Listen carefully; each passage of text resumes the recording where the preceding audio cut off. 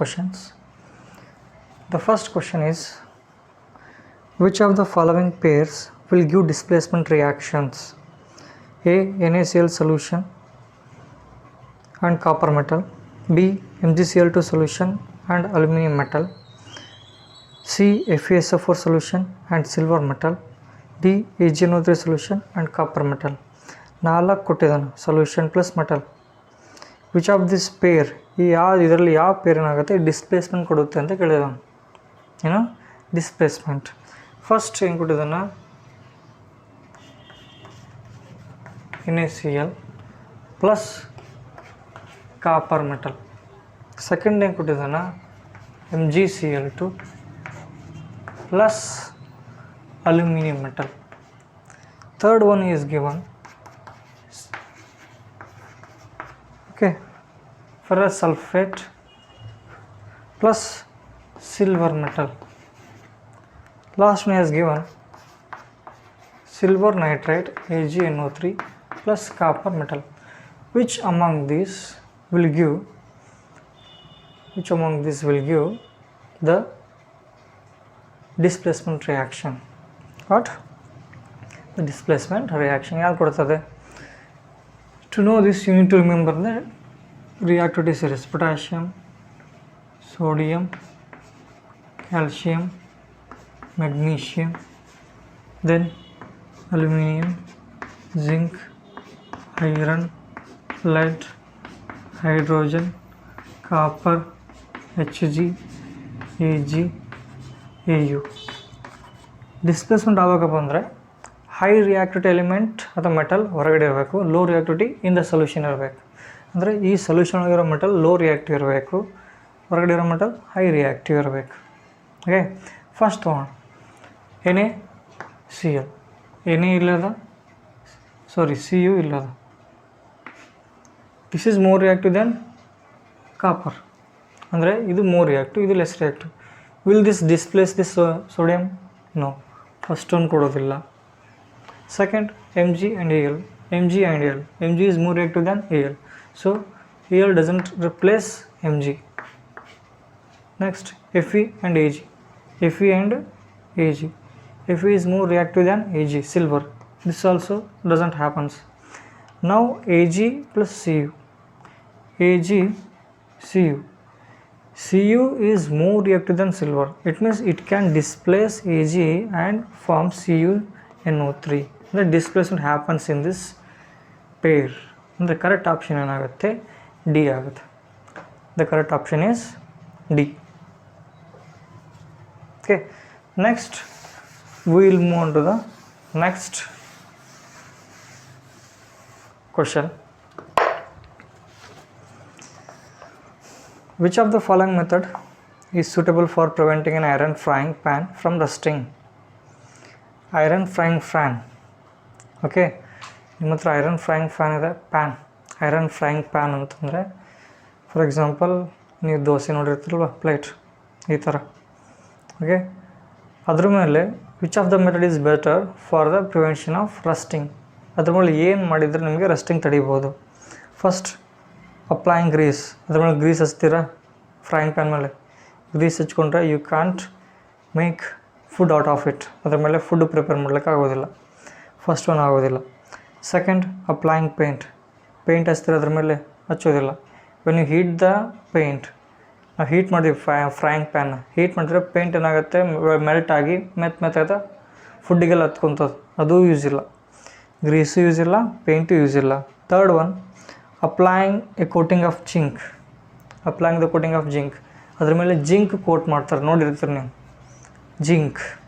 Okay, zinc heat ಆದರೆ ಅದೇನಾಗೋದಿಲ್ಲ, ಅದನ್ನು melt ಆದರೂ ಆಗಲಿ ಇದಾಗಲಿ ಏನಾಗೋದಿಲ್ಲ. Okay, applying coating of zinc, all of the above ಆಗೋದಿಲ್ಲ. Correct option is C. Next third one, an element reacts with oxygen to give a compound with high melting point. This compound also soluble in water. The element is likely to be elements which reacts with oxygen to give a compound with high melting point. ಒಂದು element ಅದ react with oxygen ಅಂತ and gives compound. ಇವೇನು ಕೊಡ್ತದ? Compound ಕೊಡ್ತದೆ. ಅದಕ್ಕೆ Y ಅಂತ ಇಟ್ಕೊಳ್ಳಿ. ಇದಕ್ಕೆ ಹೈ ಮೆಲ್ಟಿಂಗ್ ಪಾಯಿಂಟ್ ಅದ, ಏನದ high melting point. Then the element X is likely to be ಅಂತ ಕೇಳಿದಾನೆ. ಹೈ ಮೆಲ್ಟಿಂಗ್ ಪಾಯಿಂಟ್ ಯಾವುದಕ್ಕೆ ಇರ್ತಾವಪ್ಪ ಅಂದರೆ ಅಯನಿಕ್ ಕಾಂಪೌಂಡ್ಸ್ ಇರ್ತಾವೆ. ಏನೋ ionic compounds. Ionic compounds is found by metal and non metal. Ionic ಕಾಂಪೌಂಡಲ್ಲಿ ಒಂದು ಮೆಟಲ್ ಇರ್ತದೆ, ಇನ್ನೊಂದು ನಾನ್ ಮೆಟಲ್ ಇರ್ತದೆ. ಓಕೆ, ಇವಾಗ ಆಪ್ಷನ್ ನೋಡ್ಕೊಳ್ಳಿ. A calcium, B carbon, C silicon, D iron. Calcium, carbon, silicon, iron. Calcium, carbon, silicon, iron. ಹಾಗಾದರೆ elements is likely to be ಯಾವುದಾಗುತ್ತೆ? Calcium ಆಗುತ್ತೆ. ಕಾರ್ಬನ್ ಸಿಲಿಕಾನ್ ಏನಾಗುತ್ತೆ?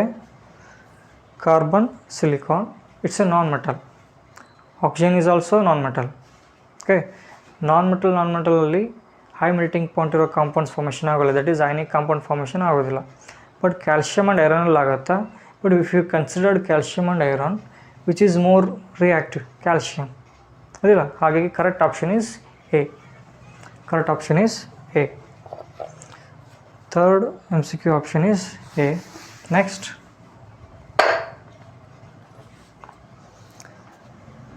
food cans are coated with a tin and not with zinc because zinc is costlier than tin. Zinc has higher melting point than zinc is more reactive than tin. Zinc is less reactive than tin. Food cans. Okay, food cans ಬರ್ತವೆ. Okay, ಅದ್ರ ಮೇಲೆ ನಾವು tin coat ಮಾಡ್ತೀವಿ. ಏನು coat ಮಾಡ್ತೀವಿ? Tin. Tin ಏನಕ್ಕೆ coat ಮಾಡ್ತೇವೆ ಅಂತಂದರೆ tin is very less reactive than zinc. Zinc ಮತ್ತು ಎರಡೂ ಟಿನ್ ಕನ್ಸಿಡರ್ ಮಾಡಿದರೆ ಲೆಸ್ ರಿಯಾಕ್ಟಿವ್ ಆದಿರೋದು ಟಿನ್ ಇರ್ತವೆ. ಅದು ಎಷ್ಟೇ ಹೀಟಲ್ಲಿ ಏನಾಗೋದಿಲ್ಲ, ಫುಡ್ ಕೂಡ ರಿಯಾಕ್ಟ್ ಆಗೋದಿಲ್ಲ. It is better one as compared to the zinc. Okay, ಜಿಂಕನ್ನು ನಾವು ಟಿನ್ ಯೂಸ್ ಮಾಡ್ತೀವಿ because it is less reactive than zinc. Option is C. Zinc is more reactive than tin. ಉಲ್ಟಾ ಹೇಳಿದ್ದೇನೆ ಅಷ್ಟೇ ಇಲ್ಲಿ. Okay, tin is less reactive than zinc ಅಂದರೂ ಒಂದೇ, zinc is more reactive than tin ಅಂದರೂ ಒಂದೇ. Option is C. Next fifth one ಇಲ್ಲೇ ಮಾಡಿದ್ದಾನೆ. How could you use them to distinguish between samples of metals and non metals? ನಿಮಗೆ ಕೊಟ್ಟಿದ್ದಾನೆ. You are given a hammer ಸುತ್ತಿಗೆ, a battery, a bulb, watts and switch. Okay, how could you use them to distinguish between samples of metals and non metals? Okay, ಇದನ್ನು ತಗೊಂಡು samples of metals and non metals ಅಂತ ಹೇಗೆ ನೀವು distinguish ಮಾಡ್ಬೋದು. Second, assess the usefulness of these test in distinguish between metals and non metals ಅಂತ ಹೇಳಿದ.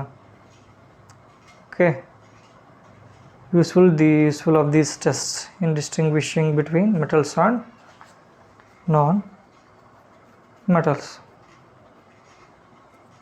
ಹೇಗೆ ಮೇಲೆ ನಿಮಗೆ ಎಷ್ಟು ಕೊಟ್ಟಿದ? Hammer, battery, a bulb, wire and a switch. Bulb, wire and a switch. Okay, and ನಿಮಗೆ ಎಲಿಮೆಂಟ್ಸ್ ಅಥವಾ ಕೊಡ್ದ, ಅದರಲ್ಲಿ ಮೆಟಲ್ ಯಾವುದು ನಾನ್ ಮೆಟಲ್ ಯಾವುದು ಗೊತ್ತಿಲ್ಲ. By the above materials you need to find the whether it is metal or non metal. Okay, ನಿಮಗೆ hammer ಸುತ್ತಿಗೆ ಕೊಡ್ತಾನೆ, ಬ್ಯಾಟ್ರಿ ಕೊಡ್ತಾನೆ, ಸ್ವಿಚ್, ಆಮೇಲೆ ವೈರ್ಸ್, ಬಲ್ಬ್. ಇದರಿಂದ ನಿಮಗೆ ಹೇಗೆ ಮೆಟಲ್ಸ್ ಆರ್ ನಾನ್ ಮೆಟಲ್ಸ್ ಅಂತ ಡಿಫ್ರೆನ್ಷಿಯೇಟ್ ಮಾಡ್ಬೋದು. ಸಪೋಸ್ ಮೆಟಲ್ದಿದ್ದರೆ, suppose if it is a metal. Okay, if it is a metal, ನಿಮ್ಮ ಹತ್ರ ಮೆಟಲ್ ಇದೆ ಅಂತ ತಿಳ್ಕೊಳ್ಳಿ. When the metal is heated by hammer, got beaten by hammer ತೊಗೊಂಡು ಏನಾದರೂ ಮೆಟಲ್ ಹೊಡೆದ್ರೆ ಏನಾಗುತ್ತೆ? It should be made into thin sheet. ಅದಿಲ್ಲ, ಮೆಟಲ್ ಆಗಿದ್ದರೆ ನೀವು ಹ್ಯಾಮರ್ ತೊಗೊಂಡು ಹೊಡೆದಾಗ ಥಿನ್ ಶೀಟ್ ಆಗುತ್ತೆ. ಏನಾಗುತ್ತೆ? ಥಿನ್ ಶೀಟ್ ಆಗುತ್ತೆ. ಬಟ್ ಅದೇ ನಾನ್ ಮೆಟಲ್ ಆಗೋದಿಲ್ಲ. Similarly if you use bulb, battery, switch ಇವನ್ನೆಲ್ಲ ತೊಗೊಂಡೊಂದು ಸರ್ಕ್ಯೂಟ್ ಮಾಡೋಣ. ಏನು ಮಾಡೋಣ? ಸರ್ಕ್ಯೂಟ್. ಅಲಾಂಗ್ ವಿತ್ ದ್ಯಾಟ್ ಅವ್ರು ಕೊಟ್ಟಿರೋ ಎಲಿಮೆಂಟ್ ತೊಗೊಳ್ಳೋಣ, ಅದು ಮೆಟಲ್ ಇರಲಿ ನಾನ್ ಮೆಟಲ್ ಇರಲಿ. If it is a metal, okay, if it is a metal, okay, ಅವನು ಹೇಳಿದಾನ ಬ್ಯಾಟ್ರಿ ಅದ, ರೈಟ್, ಬ್ಯಾಟ್ರಿ ಅದ, ಸ್ವಿಚ್ ಅದ, ಬಲ್ಬ್ ಅದ, ಆ್ಯಂಡ್ ವೈರಿಂದ ಅವ್ನು ಕೊಟ್ಟಿರೋ ಮೆಟಲ್ನ ಓಕೆ ಎಕ್ಸ್ ಅಂತ ತೊಗೊಳೋಣ, ಅದನ್ನು ಕನೆಕ್ಟ್ ಮಾಡ್ತೀನಿ ಇಲ್ಲಿ, ಕನೆಕ್ಟ್ ಮಾಡ್ತೀನಿ. If this X element metal ಆಗಿದ್ದರೆ ಏನೇ switch on the button, current ಏನಾಗುತ್ತೆ, ಕಂಡಕ್ಟ್ ಆಗುತ್ತೆ and bulb glows.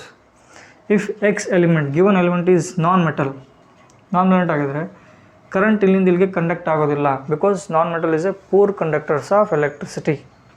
Okay, by using the circuit with that element we can know that whether it is given a metal or non-metal. If it is a metal, it will conduct electricity, bulb glow ಆಗುತ್ತೆ. If it is non-metal, the bulb doesn't glow. Okay, ಈ ಥರ ನಾವೇನು ಮಾಡೋದು, the given given set of materials ಅಂತ ತೊಗೊಂಡು ನಾವು we can distinguish between metals and non-metals. Okay, ಅವ್ನು ಕೊಟ್ಟಿರೋದು 5 ಇದಾವೆ, ಆ ಮೆಟಲ್ ತೊಗೊಂಡು ಮೆಟಲ್ ಮತ್ತು ನಾನ್ ಮೆಟಲ್ ಹೇಗೆ ಸಪ್ರೇಟ್ ಮಾಡ್ತೀವಿ ಅಂತ ಕೇಳ್ತಿದ್ದಾನೆ. ಈ ಥರ ಸಪ್ರೇಟ್ ಮಾಡೋದು. ಹ್ಯಾಮರ್ ತೊಗೊಬೋದು, ಹ್ಯಾಮರ್ ತಂದು ಎಲಿಮೆಂಟಿಗೆ ಹೊಡೆದ್ರೆ if it is becomes thin sheet then it is a metal, if it is not non metal. By using bulb, switch, wires and battery circuit ಮಾಡ್ಬೋದು. If you keep the given element, if current conduct electricity in the circuit then it is non-metal. So non-metal ಅಲ್ಲ metal. If it is not then it is non-metal. Okay, and remember I will send PDF also, just this is for understanding purpose. ಹೇಗೆ ಬರೀಬೇಕಂತ PDF ಕಳಿಸ್ತೀನಿ. But ಇದನ್ನು ಏನು ಮಾಡಿ, you should watch for understanding the question and answers.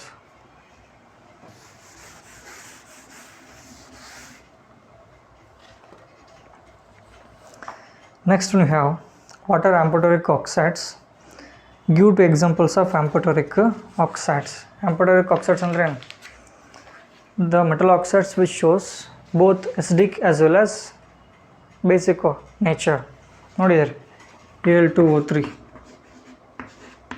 And zinc oxide ಇವೆರಡು ಆ್ಯಸಿಡಾಗು ಮತ್ತು ಬೇಸಾಗು act ಮಾಡ್ತಾವೆ. In some ಕೇಸಲ್ಲಿ this acts as a acid, in other ಕೇಸಲ್ಲಿ it acts as a base. These types of oxides, metal oxides, are called amphoteric oxides. Okay, amphoteric oxides are nothing but these are the metal oxides which shows both acid as well as basic nature. Next, in the electrolytic refining of metal, what would you take as a anode and cathode? Electrolytic refining of metal, ಈ image ನೋಡಿದ್ದೀರಾ? ಹೌದಾ? ಈ ಇಮೇಜಲ್ಲಿ ಯಾವುದು ಆ್ಯನೋಡಾಗಿ ತೊಗೊತೀರಿ, ಯಾವುದು ಕ್ಯಾಥೋಡಾಗಿ ತೊಗೊಂತೀರಿ? Anode ಯಾವ್ದು ತೊಗೊಂತಿರಪ್ಪ ಅಂದರೆ impure metal ತೊಗೊಂಡಿರ್ತೀವಿ. ಅದು impure metal ಅಂದರೆ ಯಾವುದನ್ನು ಪ್ಯೂರಿಫೈ ಮಾಡಬೇಕಾಗಿರೋದಿಲ್ಲ ಆ ಮೆಟಲ್ನ taken as anode. And cathode cathode ಯಾವ್ದು ತೊಗೊತೀವಿ? ಪ್ಯೂರ್ ಮೆಟಲ್ ಏನಿರ್ತದೆ? Pure metal is taken as cathode and impure metal is taken as anode. Okay, 8th question answer. Next the 9th one. Next we'll nodi look up to the exercise questions, page number 57. Okay, ನಿಮ್ಮ ಹತ್ರ book ಇದ್ದರೆ 57 ನೋಡಿ, ಇಲ್ಲಪ್ಪ ಅಂದರೆ ಇಲ್ಲ ನಾನು screen ಮೇಲೆ ಬಿಡ್ತೇನೆ. This is your question. ಏನಂತ ಹೇಳ್ತಿದ್ದೆ ನಾವು, ಪ್ರತ್ಯೂಷ್ took sulfur powder on a spatula and heated it. He collected the gas evolved by the inverting a test tube over it as shown in the figure below. A, what will be the action of gas on dry litmus paper? Okay. Second, moist litmus paper. B, write a balanced chemical equation for a reaction taking place. Okay,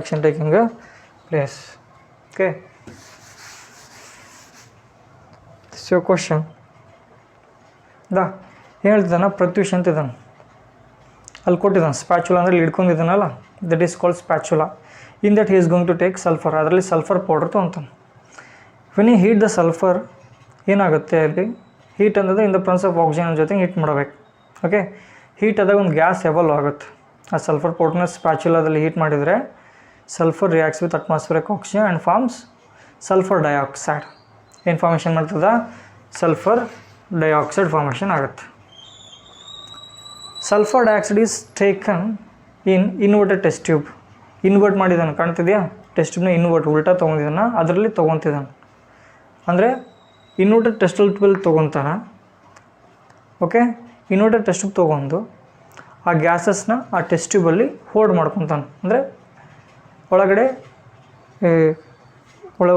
save ಮಾಡ್ಕೊತಾನೆ. Okay, ನಾವು ಏನು ಮಾಡ್ತೀನಿ, ಆ test tube ಒಳಗಡೆ moist litmus paper ಮತ್ತು dry litmus paper ತೊಗೊತೀನಿ. Moist litmus paper and dry litmus paper. Okay, moist litmus paper and dry litmus paper ಅಂತ ಕೇಳಿದ. ಏನಾಗುತ್ತೆ,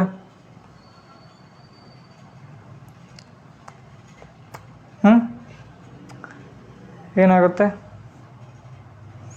ಫಸ್ಟ್ ಸಲ್ಫರ್ ಡೈಆಕ್ಸೈಡ್ ಅಂದ್ರೆ ಏನಿದೆ? ಮೆಟಲಿಕ್ ಆಕ್ಸೈಡ, ನಾನ್ ಮೆಟಲಿಕ್ ಆಕ್ಸೈಡ? Non metallic oxide. Non metallic ಆಕ್ಸೈಡ್ಗೆ ಅಸಿಡಿಕ್ ನೇಚರ್ ಇರ್ತದೆ. ಏನಿರ್ತದೆ? ಅಸಿಡಿಕ್. ಡ್ರೈ ಲಿಟ್ಮಸ್ ಪೇಪರ್ ತೊಗೊಂಡ್ರೆ ಇಲ್ಲಿ ಏನೂ ಕಲರ್ ಚೇಂಜ್ ಆಗೋದಿಲ್ಲ. ಏನಕ್ಕಂದರೆ there is no hydronium ion to show the litmus test. ಅದೇ ಮಾಯ್ಸ್ಟ್ ಲಿಟ್ಮಸ್ ಪೇಪರ್ ತೊಗೊಂಡ್ರೆ ಏನೋ ಮಾಯ್ಸ್ಟ್ ಅಂತಂದರೆ ಇದಕ್ಕೇನು ಮಾಡ್ತೀನಿ ನಾನು, ವಾಟರ್ ಆ್ಯಡ್ ಮಾಡ್ದಂಗೆ. ಹೌದಾ? ಮಾಯ್ಸ್ಟ್ ಅಂದರೆ ಅದರಲ್ಲಿ ನೀರು ಇರ್ತದೆ. Water combines with sulphur and forms H2SO3. H2SO3. In this case hydrogen is there. ಈ ಕೇಸಲ್ಲಿ ಏನಾಗುತ್ತೆ, ಹೈಡ್ರೋನಿಯಮ್ ಅನ್ನು ಪ್ರೆಸೆಂಟ್ ಇರ್ತದೆ. ಇಲ್ಲಿ ಏನಾಗುತ್ತೆ, ಕಲರ್ ಚೇಂಜ್ ಆಗುತ್ತೆ. ಏನಾಗುತ್ತೆ? ಕಲರ್ ಚೇಂಜ್ ಆಗುತ್ತೆ. ಕಲರ್ ಏನಾಗುತ್ತೆ? ಚೇಂಜ್ ಆಗುತ್ತೆ. ಅಂದರೆ ಫಸ್ಟ್ ಎ ಕ್ವಶನ್ ಏನಿದೆ, what will be the action of gas on dry litmus paper? In dry litmus paper there is no any change in colour. First second ಏನದ, moist litmus paper ತೊಗೊಂಡ್ರೆ the colour changes to red. Blue ಇಂದ ಏನಾಗುತ್ತೆ, red ಆಗುತ್ತೆ. Reactions involved ಕೇಳಿದಾನಲ್ಲ, reactions involved ಕೇಳಿದರೆ ಏನು ಬರೀತೀರಿ ನೀವು? ರಿಯಾಕ್ಷನ್ಸ್ ಬರೀಬೇಕು. Sulphur plus oxygen, sulphur dioxide, sulphur dioxide ಅಂತಾದರೂ ಬರಿಬೋದು ನೀವು. ಓಕೆ, ಇಲ್ಲಪ್ಪ ಅಂದರೆ ಆ್ಯಕ್ಚುಲಿ ನೇಚರ್ಲಿ ಇದು S8 ಫಾರ್ಮಲ್ಲಿದ್ದರೆ ಇದನ್ನ ಈ ಥರ ಆದರೂ ಬರೀರಿ. ಇಲ್ಲಪ್ಪ ಅಂದರೆ ಒಂದೊಂದು ಸರಿ ಮಾಡ್ತಾನೆ S8 ಫಾರ್ಮಲ್ಲಿ ಇರ್ತದೆ ನೇಚರಲ್ಲಿ. ಇದು 8O2 ತೊಗೊಬೇಕಾಗತ್ತೆ. ಇಲ್ಲಿ ಏನಾಗುತ್ತೆ, 8SO2 ಆಗುತ್ತೆ. ಇದು first reaction. Second moist litmus paper ಅಂತಂದಿದ್ದಾನೆ. ಓಕೆ, ಮಾಯ್ಸ್ಟ್ ಕಂಡೀಷನಲ್ಲಿ ಏನಾಗುತ್ತೆ, SO2 ಏನಾಗುತ್ತೆ, ವಾಟರ್ ಕೂಡ ರಿಯಾಕ್ಟ್ ಆಗುತ್ತೆ. ರಿಯಾಕ್ಟ್ ಆಗಿ H2SO3 ಫಾರ್ಮೇಷನ್ ಆಗ್ತದೆ. ಇದು ಸಲ್ಫರಸ್ ಆಸಿಡ್. Sulphurous acid. ಇದು ಬಿ ಆನ್ಸರ್. ರಿಯಾಕ್ಷನ್ಸ್ ಇನ್ವಾಲ್ವ್ಡ್ ಹೇಳಿದಾನಲ್ಲ, ಇದು B question answer. This is B question answer. Okay, first dry litmus paper there is no any change. Moist litmus ಪೇಪರಲ್ಲಿ there is change in colour, that is blue to red ಆಗುತ್ತೆ. ಇದು B question answer. Okay, this is your 9th question answer. Next, state 10th. State 2 ways to prevent the rusting of iron. Rusting of iron na ಕಡಿಮೆ ಮಾಡಬೇಕು, prevent ಮಾಡಬೇಕು. ಯಾವ ಬಿಟ್ರೆ first painting, greasing, applying grease and galvanisation and alloying. ಎಲ್ಲ ಹೇಳಿದ್ದೀನಿ ನಿನ್ನೆ ಕ್ಲಾಸಲ್ಲಿ. Paint ಮಾಡೋದ್ರಿಂದ, ಗ್ರೀಸ್ ಹಚ್ಚೋದ್ರಿಂದ ಆ್ಯಂಡ್ ಅಥವಾ ಗ್ಯಾಲ್ವನೈಸೇಷನ್ ಅಂದರೆ coating zinc on iron articles. Next, 11th, what type of oxides are formed when the non-metal combine with oxygen? What type of oxides are formed anta when non-metal reacts with oxygen? Non-metal oxygen ಕೂಡ combine ಮಾಡಿದ್ರೆ non-metallic oxide. ಇದಕ್ಕೆ ಯಾವ nature ಇರ್ತದೆ? acidic. Okay, non-metallic oxides are formed with acidic nature. Okay, non-metallic oxides are formed with acidic nature. 11th answer is acidic nature. Next, give reasons ಕೊಟ್ಟಿದ್ದಾನೆ. 12th, platinum, gold, silver are used to make jewelry. Give reason. ನೀವು reason ಕೊಡಬೇಕು. platinum, gold, silver are used to make jewelry. ಏನಕ್ಕೆ platinum, gold and silverನ ಜ್ಯುವೆಲ್ರಾಗಿ use ಮಾಡ್ತಾರೆ? ಒಂದು, because of because they are ductile. They are ductile ಒಂದು. Next lustrous. Okay, ductile ಅಂದರೆ they can be made into ತಿನ್ wars, ತಿನ್ ವಾರಾಗಿ ಮಾಡ್ಬೋದು. Second ಲಸ್ಟ್ರಸ್, ಹೊಳಿತವೆ. Third ಏನಪ್ಪ ಅಂತಂದರೆ they do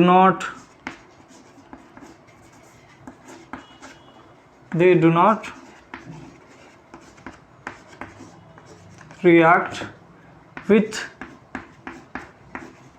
air. ಓಕೆ, ಮೂರು ಬರಿಬೇಕು. Ductile, lustrous, they do not react with the atmospheric air. Okay, if in case air ಕೂಡ react ಆಗಿದೆ ಅದನ್ನು ನಾವು we should not have, might not have used as a jewelry. Okay, jewellery ಅಂತಂದರೆ ಅದನ್ನು wire ಥರ ಮಾಡೋಕೆ ಬರಬೇಕು, ಹೊಳೆಯೋದಕ್ಕಂತೀವಿ ನಾವು, ಅದಿಲ್ಲ. Third one, you should not react with oxygen. Because of these 3 properties platinum, gold and silver is used as a jewellery. A answer ಇದು. Next B, this is 12th one. Sodium, potassium, lithium are stored under oil. Okay, sodium, potassium, ಲಿಥಿಯಮ್ನ oil ಒಳಗಡೆ store ಮಾಡ್ತೀವಿ. ಏನಕ್ಕೆ? Because sodium ಆಗಲಿ, potassium ಆಗಲಿ and lithium ಆಗಲಿ, when you put outside or in the presence of air, they will catch fire. ಹೊರಗಡೆ ಇಟ್ಟಾಗ ಏನಾಗುತ್ತೆ, they will catch us fire, ಬೆಂಕಿ ಎತ್ಕೊಂತದ್ದು.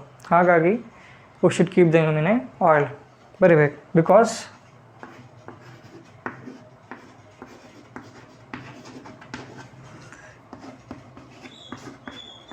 in the presence of air,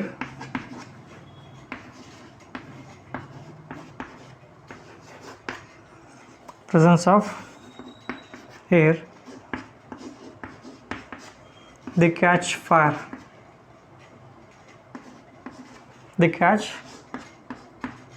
fire. So we put them under oil.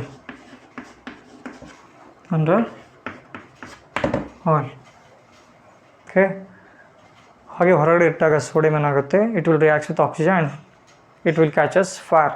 Okay, ಬೆಂಕಿ ಎತ್ಕೊಂತದ್ದು. ಹಾಗಾಗಿ ಕೆರೋಸಿನಲ್ಲಿ stave ಮಾಡ್ತೀವಿ, sodium ಆಗಲಿ, potassium ಆಗಲಿ, lithium ಆಗಲಿ. Next we have third one. Aluminium is highly reactive metal, yet it is used to make utensils for cooking. Aluminum, though it is highly reactive, it is used for making utensils of cooking. This is the answer for AB. First,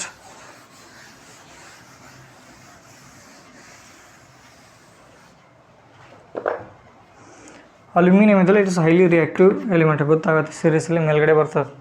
But we should use, we also use them as a making utensils of cooking. ಏನಕ್ಕೆ ಬಂದರೆ, when you prepare any utensils, ಯಾವುದಾದ್ರೂ ಪಾತ್ರೆನ aluminium ಮಾಡಿದರೆ, if aluminium present on the metal, ಮೇಲ್ಗಡೆ ಸರ್ಫೇಸಲ್ಲಿ aluminium ಇದ್ದರೆ, aluminium ಏನಾಗುತ್ತೆ, ಹೊರಗಡೆ ಅಟ್ಮಾಸ್ಫಿಯರ್ ಆಕ್ಸಿಜನ್ ಕೂಡ ರಿಯಾಕ್ಟ್ ಆಗಿದ್ರೂ ಅಲ್ಯೂಮಿನಿಯಂ ಆಕ್ಸೈಡ್ ಫಾರ್ಮೇಷನ್ ಅಂದ್ಕೊಳ್ಳೋಣ.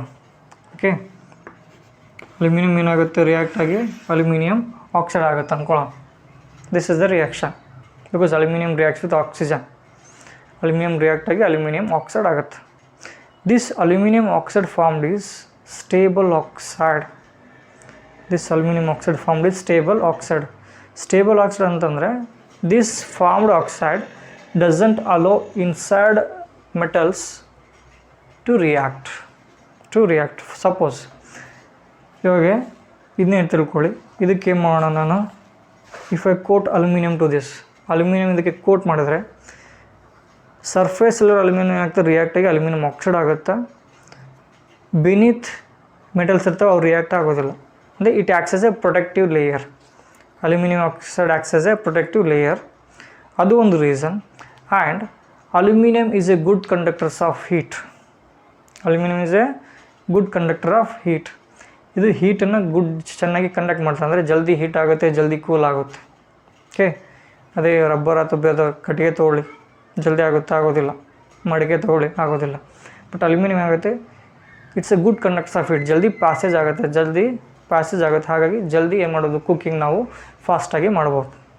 ಓಕೆ, ನೋಡ್ಬೋದು ಅಲ್ಯೂಮಿನಿಯಂ ಪಾತ್ರೆ ತೊಗೊಳ್ಳಿ, ಇನ್ನೊಂದೊಂದು ಸರಿ ಮಡಿಕೆ ತೊಗೊಳ್ಳಿ, ಎಲ್ಲಿ ಆಗುತ್ತೆ ಜಲ್ದಿ ಅಪ್ಪ ಅಂದರೆ ಅಲ್ಯೂಮಿನಿಯಮಲ್ಲಿ, because it is a good conductor of heat. Because of these 2 reasons ಏನು ಮಾಡ್ತೀವಿ, we use it as a utensils, use it in a utensil making. Okay, because even though aluminum is highly reactive, the oxide formed acts as a protective layer. And also aluminum is a good conductor of heat, and it is malleable in nature. ಅಂತಂದರೆ ನಮ್ಗೆ ಯಾವ ರೀತಿ ಬೇಕೋ shape ಕೊಡೋದನ್ನು, ತಟ್ಟೆ ಥರ ಮಾಡ್ಕೊಬೋದು, ಪಾತ್ರೆ ಥರ ಮಾಡ್ಕೊಬೋದು, ಸ್ಪೂನ್ ಥರ ಮಾಡ್ಕೊಬೋದು. Okay, because of these 3 reasons we use it in a making utensils, cooking utensils. Next, last one you have carbonate and sulfur ores are usually converted into oxides during the process of extraction. ನೋಡಿದ್ರಿ, carbonate ores ಅಂದರೆ zinc carbonate ಇದ್ದರೆ first zinc oxide ಮಾಡ್ತಿದ್ವಿ, sulphide ores ಇದ್ದರೆ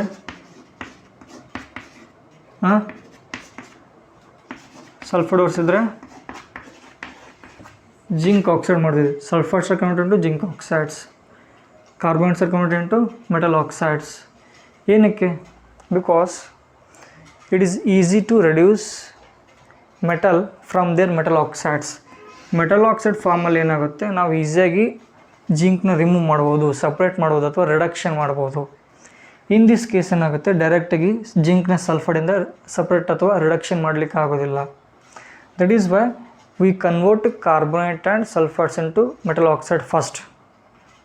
okay, answer ಏನಪ್ಪ ಅಂತಂದರೆ because metals are easily reduced in their metal oxide form as compared to the metal sulfides or metal carbonate form. Okay, as compared to the metal carbonate or metal sulfide form.